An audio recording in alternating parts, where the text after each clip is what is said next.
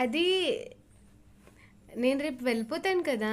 రేపు పెళ్ళయ్యాక వెళ్ళిపోతాను కదా! అప్పుడు సింబాని ఎవరికైనా అమ్మేస్తాం. ఆ! అది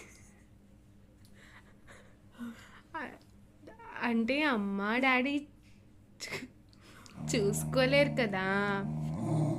మరి నేనెళ్ళిపోతే ఎవ్వరు వాడిని బయటకి వాకింగ్ తీసుకెళ్తారు?